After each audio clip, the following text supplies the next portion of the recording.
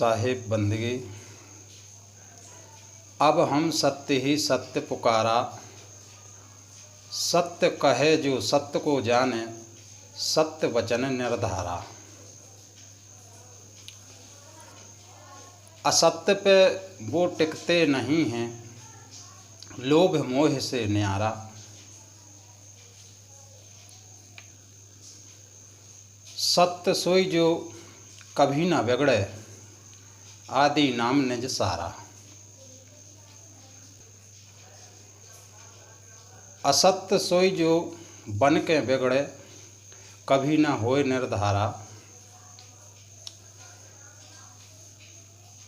कहो सत्य कहाँ से आया, कहो कौने सत्य उचारा। जो सत्य रहता है वो कभी बिगड़ता नहीं है। जैसे आजकल के संत सही सत्य को नहीं समझ पा रहे हैं और वो अपना काम बिगाड़ते रहते हैं। जैसे कि रामपाल का सत्य बिगड़ चुका है, क्योंकि रामपाल ने बड़े बड़े आश्रम बनवाए हैं संतों के लिए। ये वर्जित हैं कि बड़े बड़े आश्रम बनवाएं, क्योंकि कबीर साहब ने कहा है कि मोह माया से दूर रहना चाहिए संतों के लिए।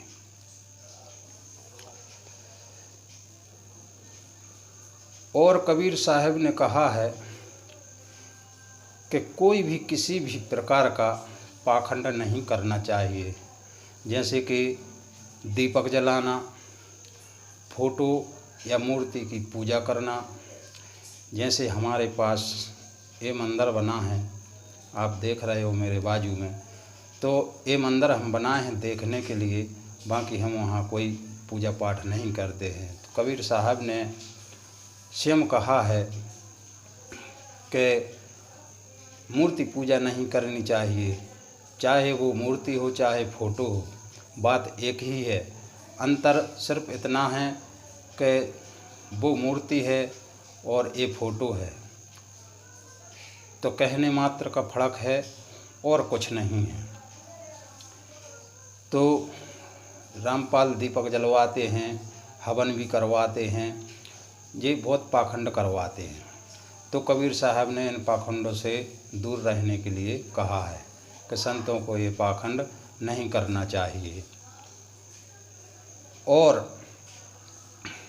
मोह माया से दूर रहना चाहिए। तो आप लोगों ने मेरा एक पिछला वीडियो देखा होगा, नहीं देखा होगा तो देख लीजिए। इस वीडियो में लिंक दे दूंगा उस वीडियो की। तो उसमें रामपाल ने कैसा आश्रम बनवाया है आप देख के दंग रह जाएंगे। तो कबीर साहब ने कहा है कि मोह माया से दूर रहना चाहिए, फिर भी वही काम उन्होंने किया है। अब नितिन दास के बारे में कहते हैं।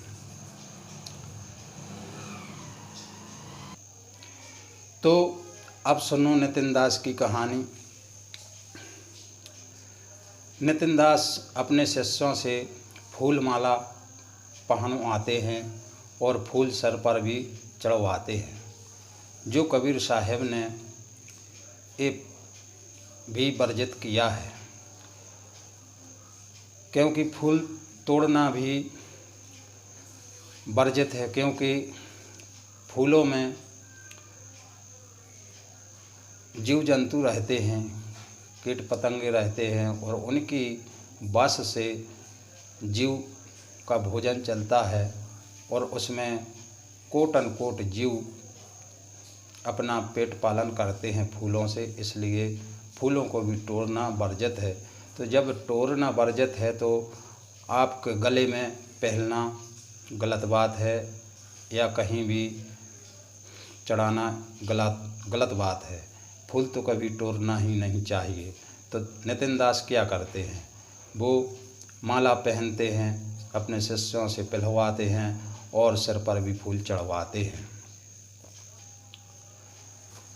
तो कबीर साहब ने कहा है बीजक में कबीर रमैनी में साहब ने कहा है, 30वीं रमैनी है वो,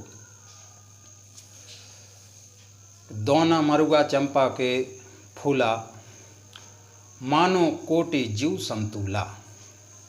अर्थात दौना मरुआ चंपा के फूल कोटि जीव सूंघ अघाएं और ताखो मूरख टोर के पथरा पे चढ़ाएं। तो इस वास्ते कबीर साहब ने फूल तोड़ना मना किया है। तो इस बात से नितिन दास भी गलत पाए जाते हैं। अब जो आदि अनादि मुक्ति पंथ का एक देवराज इंद्र है, अब उसको सुनो। तो वो अपने शिष्य से पैर दबवा रहा है, उसका मैंने एक वीडियो देखा है। तो कबीर साहब ने अपनी सेवा करवाना भी वर्जित बताया है, जबकि वह अभी देवराज जवान है, फिर भी अपने शिष्य से पैर दबवा रहा है। यह बात सरासर गलत है। हाँ, आप बुढ़े हो जाओ, असमर्थ हो जाओ, तो भली ही किसी शिष्य से हाथ पैर दबवा लेना या सेवा करवा लेना। जब तक आदमी जवान है, जब तक किसी से भी सेवा नहीं करवाना चाहिए, क्योंकि कबीर साहब ने कहा है कि कर बन्या बल आपनी और छोड़ बिरानी आस, और जाके आंगन नद गया बहे तो कस मरे प्यास। तो इस वास्ते देवराज भी गलत पाया जाता है।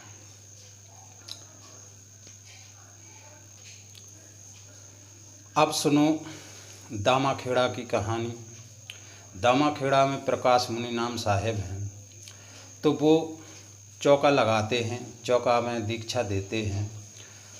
तो वो चौका कैसा लगता है कि जैसे कि सत्यनारायण की कथा होती है, तो उस कथा में कहीं सुपारी चढ़ाओ, कहीं फूल चढ़ाओ, कहीं पान चढ़ाओ, कहीं कुछ चढ़ाओ, कहीं कुछ चढ़ाओ, ऐसे ही चौका लगता है।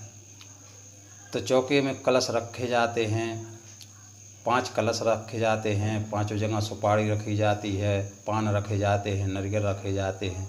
तो ये सारा ढोंग धतूरा है, जबकि साहब ने कोई भी पाखंड करने को नहीं कहा है।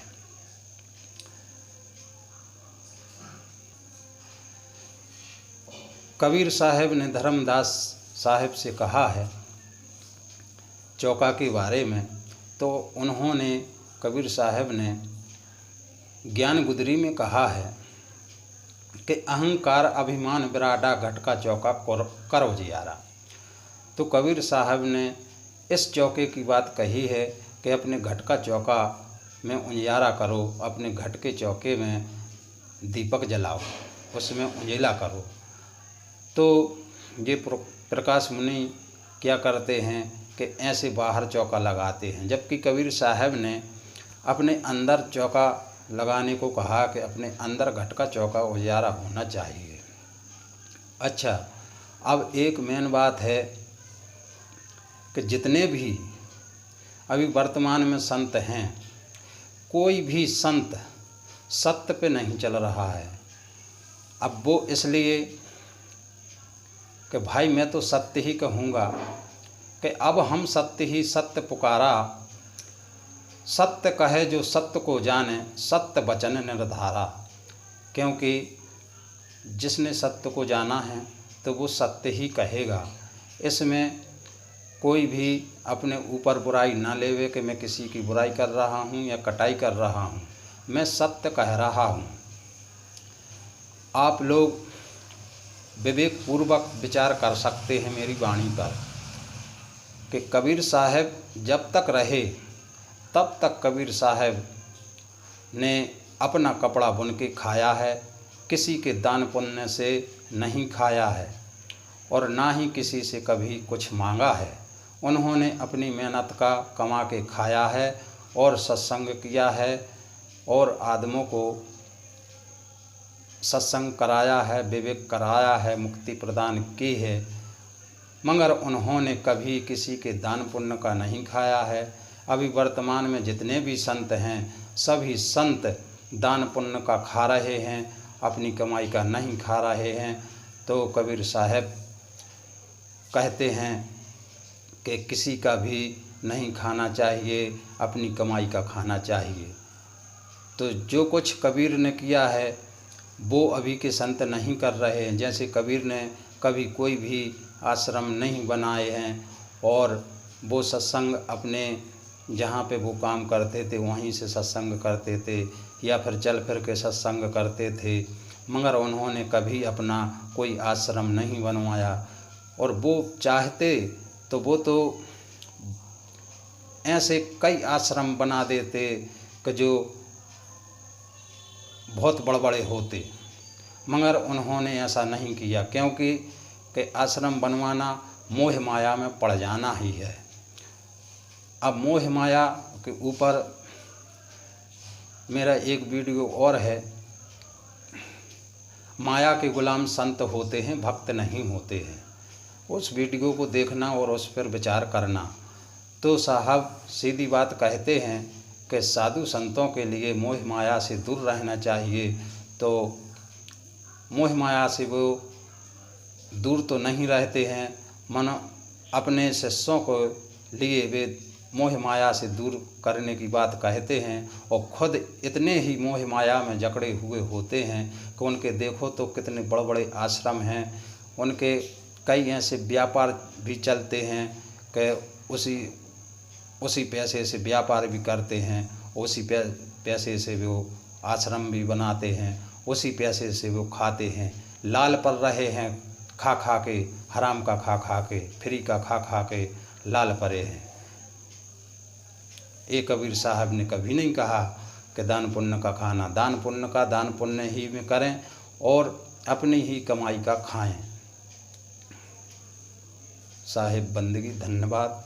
मैं किसी की कटाई बुराई नहीं कर रहा हूँ, मैं सत्य कह रहा हूँ। और ये है गुप्त पंथ, साहब का एक गुप्त पंथ है। मृत्यु लोक में गुरु कहा मैं जीवन को उबारे हो, मृत्यु लोक में गुरु कहा मैं जीवन लेत उबारा, और प्रेम अंश गुरु गुप्त स्नेही गुप्त पंथ विस्तारा। यह गुप्त पंथ है। इस गुप्त पंथ को कोई बिरला ही जान सकता है।